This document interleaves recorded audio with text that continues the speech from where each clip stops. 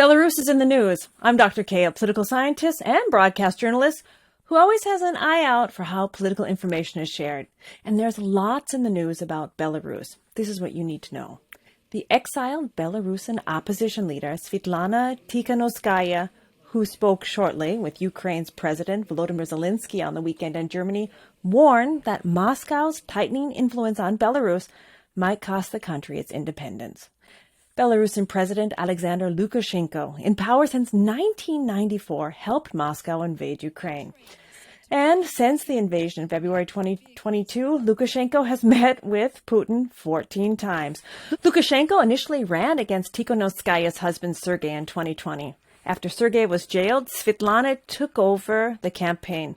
Lukashenko underestimated Belarusian willingness to have a female head of state, and unofficial exit polls made clear that the election had been fixed, leading to widespread protests over Lukashenko's sixth term.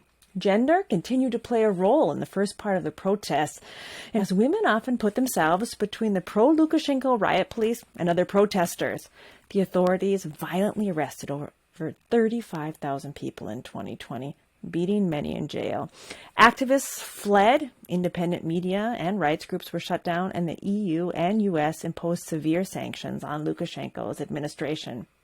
In March 2023, Tikhanovskaya, who has been living outside of Belarus, opened up the informal representation of democratic Belarus in Brussels.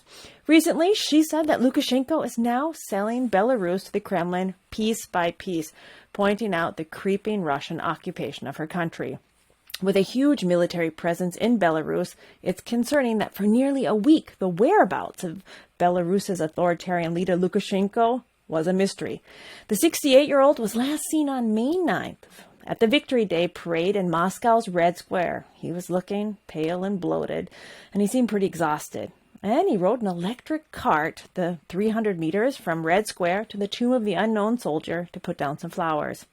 He missed a Putin-hosted breakfast and hurried home for a Victory Day event in Minsk, all adding to speculation on social media about his health. He disappeared then until May 15th, when footage of Lukashenko surfaced with the clear intent of dispelling rumors and any reports that Lukashenko was seriously ill. But it ended up raising more questions. His left hand was bandaged the week before. It had been his right hand. Lukashenko was speaking with a shaky, raspy voice in the new footage.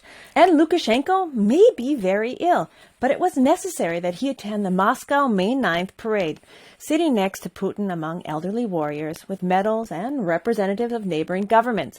Lukashenko was there to emphasize that Russia was not alone. Yet despite supporting Putin and allowing him to stage troops in Belarus, Lukashenko has not committed his soldiers to the war.